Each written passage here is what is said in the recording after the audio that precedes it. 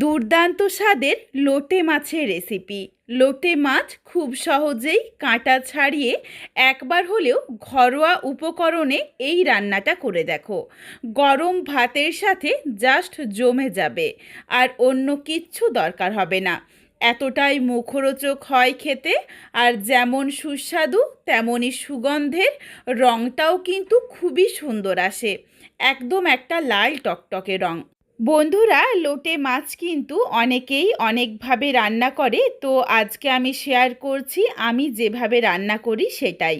তাহলে চলো আজকে রেসিপি দেখে নেওয়া যাক। তবে কেউ স্কিপ করো না, স্কিপ করলে আমি কি পদ্ধতিতে রান্নাটা করলাম বা কখন কোন মশলার কিভাবে কতটা পরিমাণে ব্যবহার করলাম সেটা তোমরা মিস করে যাবে, তখন হয়তো খেতে এতটা ভালো হবে না। এখানে আমি প্রথমেই একটা বড় সাইজের পেঁয়াজ আর একটা টমেটো কেটে নিয়েছি, ছোট ছোট করে কুচিয়ে নিয়েছি। এখানে আমি লোটে মাছ নিয়েছি 250 গ্রাম। এরপর তোমরা যেমন মাছ নেবে তার পরিমাণ অনুযায়ী সমস্ত মশলার কম বা বেশি করে নিও। মাছটা কেটে ধুয়ে পরিষ্কার করে জলটা ঝরিয়ে নিয়ে সামান্য একটু লেবুর রস মাখিয়ে রাখলাম। লেবুর রস মাখিয়ে রাখলে এই মাছের যে একটা গন্ধ থাকে সেটাও যেমন অনেকটা চলে যায়, তেমন কিন্তু খেতেও বেশ মুখরোচক হয়।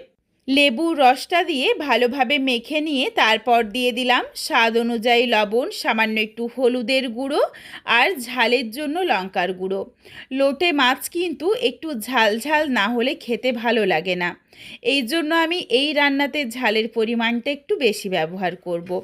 এরপর তোমরা নিজেদের স্বাদ মতো ঝালটা কম বা বেশি করে নিও। মাছের মধ্যে মশলা ভালোভাবে মাখা হয়ে গেছে। এরপর কিন্তু এই লোটে মাছ থেকে বেশ অনেকটা পরিমাণে জল ছাড়বে। মিক্সিং জারে নিয়েছি খুবই সামান্য একটু আদা আর রসুনের পরিমাণটা একটু বেশি। দিয়ে দিয়েছি 3টে কাঁচা লঙ্কা আর একটা শুকনো লঙ্কা। এরপর জল ছাড়া এটাকে একটু ঘুরিয়ে নিয়েছি যাতে ঠিক এই রকম থেতো করে নেওয়ার মতো বা গ্রেড করে নেওয়ার মতো হয়ে যায়। এই রান্নাতে কিন্তু একদম মিহি করে বেটে নেওয়া আদা রসুনটা ভালো লাগবে না, এই জন্য অবশ্যই এইভাবে একটু দানা দানা রেখে বেটে নিও। তারপর কড়াইয়ের মধ্যে বেশ খানিকটা সর্ষের তেল গরম করে তেলটা গরম হয়ে গেলে দিয়ে দিয়েছি সামান্য একটু চিনি, যাতে রান্নার কালারটা ভালো আসে আর টেস্টটাও ব্যালেন্স হয়। চিনিটা দেওয়ার পর দিয়েছি সামান্য একটু গোটা জিরে আর একটা শুকনো লঙ্কা ফোড়নে। ফোড়নটা ভাজা হয়ে গেলে প্রথমেই দিয়ে দিলাম যে একটা বড় সাইজের পেঁয়াজ ছোট ছোট করে কুচিয়ে রেখেছিলাম। পেঁয়াজ কুচি দিয়ে নাড়াচাড়া করে পেঁয়াজটা বেশ একটু হালকা লাল করে ভেজে নেব। কিছুক্ষণ সময় নিয়ে দেখো ভাজতে ভাজতেই পেঁয়াজের মধ্যে একটা হালকা লালচে রং ধরে গেছে। এই সময় এখানে দিয়ে দিচ্ছি টমেটো কুচি দিয়েও নাড়াচাড়া করে পেঁয়াজের সাথে কিছুক্ষণ একটু ভেজে নেব, যতক্ষণ না অবধি টমেটোটা সফট হয়ে যায়। টমেটোটা দিয়ে নাড়াচাড়া করে ভাজতে ভাজতেই দেখো পেঁয়াজের কালারটাও কিন্তু সুন্দর একদম লালচে হয়ে গেছে। এরপর এখানে দিয়ে দিচ্ছি যে মশলাটা রেডি করে রেখেছিলাম আদা রসুন আর কাঁচা লঙ্কা শুকনো লঙ্কা, সেগুলো দিয়ে মশলাটা ভালোভাবে কষিয়ে নেব। এই মশলাটা এমনভাবে কষাবো যাতে মশলার কাঁচা গন্ধ একদম না থাকে। তার কারণ মশলা যদি ভালোভাবে কষানো না হয় তখন কিন্তু খেতে এতটা এই রান্নাটা বেশি ভালো লাগে না। তার কারণ একদম তো কষা কষা হয়, আর এই মাছটা দেওয়ার পর তো আর খুব বেশি সময় নিয়ে রান্না করারও দরকার হয় না। ভালোভাবে দেখো যখন মশলার কাঁচা গন্ধগুলো চলে গেছে তারপর কিছু গুঁড়ো মশলা দিয়ে দিলাম। প্রথমে দিয়ে দিলাম পরিমাণ অনুযায়ী হলুদের গুঁড়ো, সামান্য একটু দিয়েছি জিরের গুঁড়ো, ধনের গুঁড়ো, আর দিয়েছি ঝালের জন্য আবারও অল্প একটু লঙ্কার গুঁড়ো, 3টে কাঁচা লঙ্কা আর হাফ চামচ দিয়েছি কাশ্মীরি রেড চিলি পাউডার। এটা দিলাম কালারের জন্য, তবে এটা সম্পূর্ণ অপশনাল, তোমরা চাইলে দিতে পারো, না চাইলে বাদ দিতে পারো। কাঁচা লঙ্কাগুলো কিন্তু খুব একটা বেশি ঝাল নেই, এই জন্য এখানে আমি লঙ্কার পরিমাণটা একটু বেশি ব্যবহার করেছি। আর লোটে মাছ একটু ঝাল ঝাল না হলে কিন্তু ভালো লাগে না। আবারও বলছি, ঝাল কিন্তু তোমরা নিজেদের স্বাদ মতো ব্যবহার করো। গুঁড়ো মশলাগুলো দিয়ে সামান্য একটু জল দিয়ে বেশ কিছুক্ষণ সময় নিয়ে মশলাটাকে কষিয়ে নিয়েছি খুব ভালোভাবে। যখন মশলার থেকে তেলটা ছাড়তে শুরু করেছে সেই সময় যে ম্যারিনেট করে রাখা মাছগুলো একে একে মশলার ওপরে ভালোভাবে দিয়ে সাজিয়ে দিয়েছি। সাজিয়ে দিয়ে গ্যাসের ফ্লেম একদম লোতে করে বেশ কিছুক্ষণের জন্য ঢাকনা দিয়ে ঢেকে রেখেছিলাম। দেখো বেশ অনেকটা পরিমাণে জল ছেড়েছে, তবে নিচের দিকটা নরম হয়েছে মাছের, ওপরের দিকটা কিন্তু এখনও একটু শক্ত রয়েছে, এই জন্য কাঁটাগুলো বার করতে অসুবিধে হচ্ছে।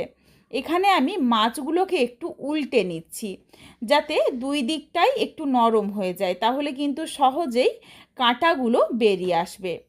দেখো খুব ভালোভাবে উল্টে নিচ্ছি, আর এখনই কিন্তু মেশাবো না সমস্ত কিছু। মশলাটা তো ধরে যাওয়ারও কোনো ভয় নেই, তার কারণ বেশ অনেকটা জল ছাড়ছে। ভালোভাবে দেখো মাছগুলো উল্টে নিয়ে আমি আবারও কিছুক্ষণের জন্য একটু ঢাকনা দিয়ে ঢেকে রেখেছিলাম। তারপর ঢাকনাটা খুলেছি। এরপর দেখো মাছগুলো কিন্তু সুন্দরভাবে যখন একটু সেদ্ধ হয়ে যাবে, তারপরেই দেখো কাঁটাগুলো সুন্দরভাবে বেরিয়ে আসছে। একটা কাঁটা চামচ আর একটা ছুরির সাহায্যে দেখো খুব সহজেই কাঁটাগুলো এইভাবে আলাদা করে নিচ্ছি। কাঁটাগুলো বের করে নিলে কি হয়, মুখে পড়ে না, এই জন্য খেতেও বেশ সুবিধে হয়। তবে অনেকেই এই কাঁটাটাও খেতে পছন্দ করে, যারা পছন্দ করো তাদের কিন্তু আর বার করে নেওয়ার দরকার নেই। দেখো সুন্দরভাবে মাছগুলো নরম হয়ে গেছে, মাছগুলো ছেড়ে যাচ্ছে, আর কতটা সুন্দরভাবে দেখো কাঁটাগুলো বেরিয়ে আসছে। প্রত্যেক কটা কাঁটা ঠিক একই রকমভাবে আমি এইভাবে করে তুলে নিচ্ছি। প্রত্যেক কটা কাঁটা তুলে নিয়ে তোমাদের একটু দেখিয়ে দিচ্ছি। আর দেখো কতটা সুন্দর একটা কালার এসেছে রান্নাটার মধ্যে এখনই। প্রত্যেক কটা কাঁটা বের করে নিয়েছি, আর চামচে করে একটু দেখে নিলাম ভালোভাবে নাড়িয়ে চাড়িয়ে যে আর কাঁটা আছে কিনা, আর কাঁটা নেই। প্রত্যেক কটা কাঁটা দেখো এখানে প্লেটে তুলে নিয়েছি সুন্দরভাবে। এরপর এখানে আমি গ্যাসের ফ্লেম মিডিয়াম টু হাইতে করে খুব ভালোভাবে এটাকে একটু কষিয়ে বেশ একটু ভাজা ভাজা করে নেব। যেটুকু জল রয়েছে জলটাকে কিন্তু খুব ভালোভাবে শুকিয়ে নিতে হবে। এই জলটা থাকলে খেতে এতটা ভালো লাগে না, একটা গন্ধ থেকে যায়। দিয়ে দিলাম স্বাদ অনুযায়ী সামান্য একটু লবণ, দিয়ে নাড়াচাড়া করে খুব ভালোভাবে মিশিয়ে নিচ্ছি। এই সময় আমি আঁচটাকে একটু বাড়িয়ে নিয়েছিলাম। ভালোভাবে দেখো একদম কষানো হয়ে গেছে। এরপর কিন্তু কড়াইয়ের মধ্যে লেগে লেগে আসছে, আর কড়াইয়ের চারিদিকে কিন্তু তেলটাও ছাড়তে শুরু করেছে। রেসিপিটা একদম রেডি, আশা করছি তোমরা দেখেই বুঝতে পারছো। আর একদমই জল নেই, আর কড়াইয়ের মধ্যে দেখো বেশ অনেকটা করে লেগে যাচ্ছে। এরপর গ্যাসের ফ্লেম অফ করে নামিয়ে দিলাম।